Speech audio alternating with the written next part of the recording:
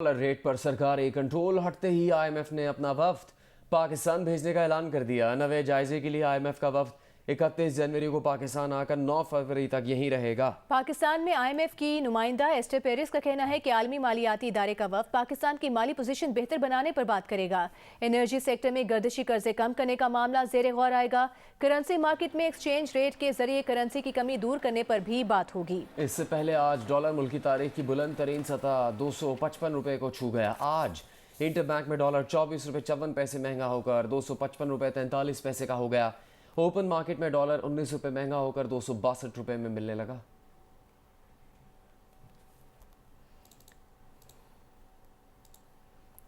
State bank of Pakistan کے زر مبادلہ کے ذخائر 9 سال کی کم ترین سطح پر آ گئے۔ 20 جنوری کو ختم ہونے والے ہفتے میں 99 کروڑ ڈالر کم ہوئے۔ زر مبادلہ کے ذخائر 20 جنوری تک 9.45 ارب ڈالر رہے۔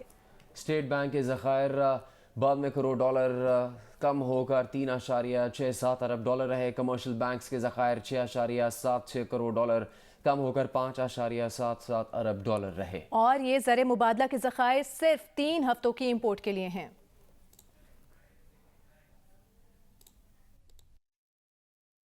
پنجاب اور خیبر پختونخوا کے انتخابات کئی ماہ تک ٹلنے کا خدشہ پیدا ہو گیا ہے، کیونکہ وزیر اعظم شہباز شریف، سابق صدر آصف علی زرداری اور سربراہ JUIF مولانا فضل الرحمان نے ان اسمبلیوں کے انتخابات ڈیجیٹل مردم شماری کے تحت کرانے پر غور شروع کر دیا ہے۔ آج ان تینوں رہنماؤں کی ملاقات کے اندر کی خبر باہر آ گئی۔ معلوم ہوا ہے کہ ان رہنماؤں نے اس بارے میں الیکشن کمیشن سے بات پر بھی غور کیا ہے۔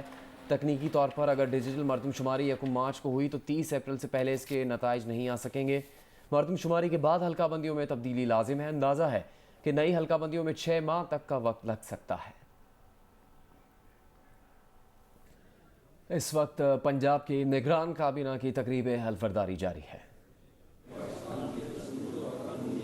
اور ہمیشہ پاکستان کی خود مختاری، سالمیت، استحکام، یکجہتی اور خوشحالی کی خاطر انجام دوں گا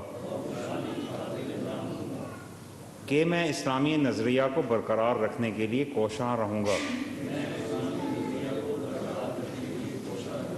جو قیام پاکستان کی بنیاد ہے، کہ میں اپنے ذاتی مفاد کو اپنے سرکاری کام یا سرکاری فیصلوں پر اثر انداز نہیں ہونے دوں گا، کہ میں اسلامی جمہوریہ پاکستان کے دستور کو برقرار رکھوں گا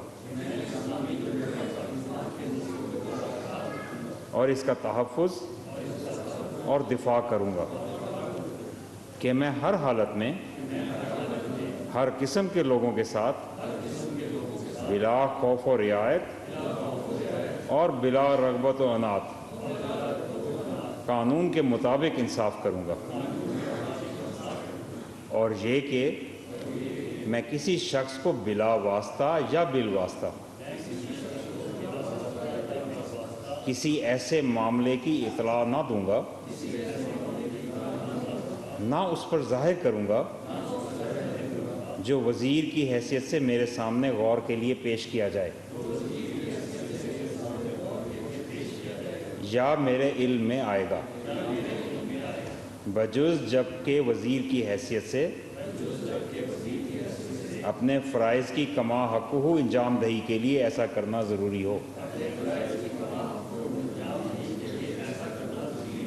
یا جس کی وزیر اعلیٰ نے خاص طور پر اجازت دی ہو۔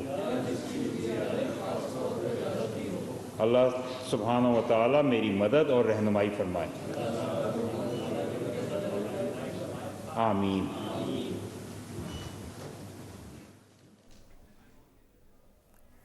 پنجاب میں 11 رکنی نگراں کابینہ نے اپنے عہدے کا حلف اٹھا لیا ہے۔ ابھی آپ کو بتائیں کہ صحافیوں پر جھوٹے مقدمات اور انتقامی کارروائیوں کے خلاف PFUJ کی اپیل پر متعدد شہروں میں صحافیوں نے احتجاجی مظاہرے کیے۔ پیکا ایکٹ میں ترامیم اور صحافیوں کے خلاف مقدمات ختم کرنے کا مطالبہ کیا۔ صحافی رہنماؤں نے کہا کہ ملک میں آزادی اظہار رائے پر سختیوں میں کمی نہیں آئی، حکمران میڈیا کی زبان بندی کے درپے ہیں۔ صحافیوں پر جھوٹے مقدمات اور پیکا ترامیم کے خلاف کراچی، لاہور، اسلام آباد، ملتان اور کوئٹہ سمیت متعدد شہروں میں PFUJ اور دیگر صحافتی تنظیموں نے احتجاجی مظاہرے کیے۔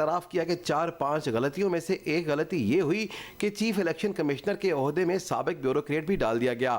عمران خان کی گرفتاری کے سوال پر صدر عارف الوی نے کہا ایسا اقدام آگ لگانے کے مترادف ہوگا۔ عمران خان یا کسی بڑے لیڈر کی گرفتاری پر مزاحمت ہوگی۔ ان کا کہنا تھا کہ مجھے ایسا خیال نہیں آیا کہ حکومت اعتماد کا ووٹ نہیں لے سکے گی۔ ڈاکٹر عارف الوی نے کہا کہ عمران خان کو بھی خدشہ ہے کہ کہیں الیکشن آگے نہ کر دیے جائیں۔ صدر عارف الوی نے امید ظاہر کی کہ پاکستان ڈیفالٹ نہیں کرے گا۔ میرے پاس اسٹیبلشمنٹ کا کوئی پیغام نہیں آیا۔ -1 کا فارمولہ کبھی کامیاب نہیں ہوا۔ سیاستدان مذاکرات کریں، 1 to 1 نہیں تو 3 to 3 ہی کر لیں۔ رئیس انصاری، جیو نیوز، لاہور۔ وزیر اعظم کے مشیر امیر مقام نے لندن میں نواز شریف اور مریم نواز سے ملاقات کی، خیبر پختونخوا کے الیکشن پر تبادلہ خیال کیا۔ نواز شریف نے امیر مقام کو تمام ضلعی سطح پر کمیٹیاں بنانے کے احکامات دیے۔ مریم نواز ہر ضلع میں کنونشن کریں گی۔ مریم نواز 1 فروری سے سیاسی سرگرمیوں کا آغاز کریں گی۔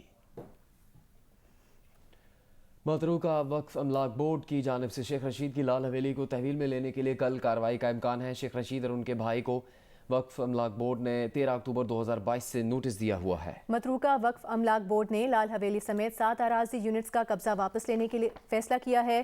ڈپٹی ایڈمنسٹریٹر وقف املاک نے ڈپٹی کمشنر کو معاونت کے لیے خط لکھ دیا۔ FIA سے بھی مدد طلب کر لی۔ وقف املاک بورڈ کے ذرائع کا کہنا ہے کہ لال حویلی اور ملحقہ 7 اراضی یونٹس پر شیخ رشید اور ان کے بھائی غیر قانونی طور پر قابض ہیں۔ ذرائع کا بتانا ہے کہ شیخ رشید اور ان کے بھائی تاحال کوئی ریکارڈ پیش نہیں کر سکے۔ شیخ رشید کے بھتیجے شیخ راشد شفیق نے ایک بیان میں کہا کہ انہیں اطلاع ملی ہے کہ متروکہ وقف املاک لال حویلی کو سیل کرنا چاہتی ہے۔ وہ لال حویلی اور ملکہ اراضی کی رجسٹری متروکہ وقف املاک میں جمع کروا چکے ہیں۔ لال حویلی سے متعلق ان کی درخواست پر عدالت نے ابھی کوئی فیصلہ نہیں سنایا۔ لال حویلی ان کی ملکیت ہے، دستاویزات ان کے پاس موجود ہیں۔ حیدرآباد میں سندھ یونیورسٹی کے بس ڈرائیور کے قتل میں ملوث ملزمان کو گرفتار کر لیا گیا۔ ASP حیدرآباد کے مطابق ملزم آصف نے بیٹے ذیشان شاہ کے ساتھ مل کر ڈرائیور غلام علی کو قتل کیا۔ ملزمان نے ابتدائی بیان میں کہا کہ بس کی پارکنگ کے معاملے پر ان کا مقتول ڈرائیور سے جھگڑا ہوا تھا۔ قتل کی واردات 20 جنوری کو سٹی گیٹ کے قریب ہوئی تھی۔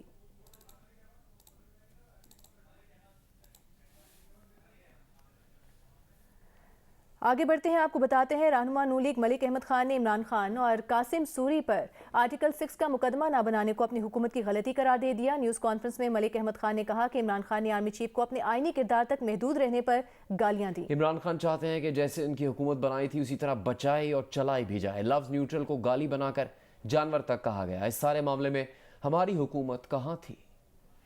اس حکومت سے جو سب سے بڑی غلطی ہوئی ہے، ان کے اوپر آرٹیکل 6 نہ لگا کر، ان کے قاسم سوری پر آرٹیکل 6 لگتا تھا، ان کے عمران خان پر آرٹیکل 6 لگتا تھا۔ نیوٹرل ہونے کا تانا کیا تھا؟ جیسے میری حکومت بنوائی، جیسے قائم رکھی، اسی طرح سے مزید چلوائیں۔ اگر وہ اپنے آئینی کردار کے اندر اپنے آپ کو شرنک کر رہے ہیں تو کیا یہ جرم کر رہے ہیں؟ Where are we? پبلکلی ایک آدمی کہہ رہا ہے کہ آپ نیوٹرل کیوں ہو گئے؟ ان کا کہہ رہا ہے آپ جانور ہیں اگر آپ نیوٹرل ہیں۔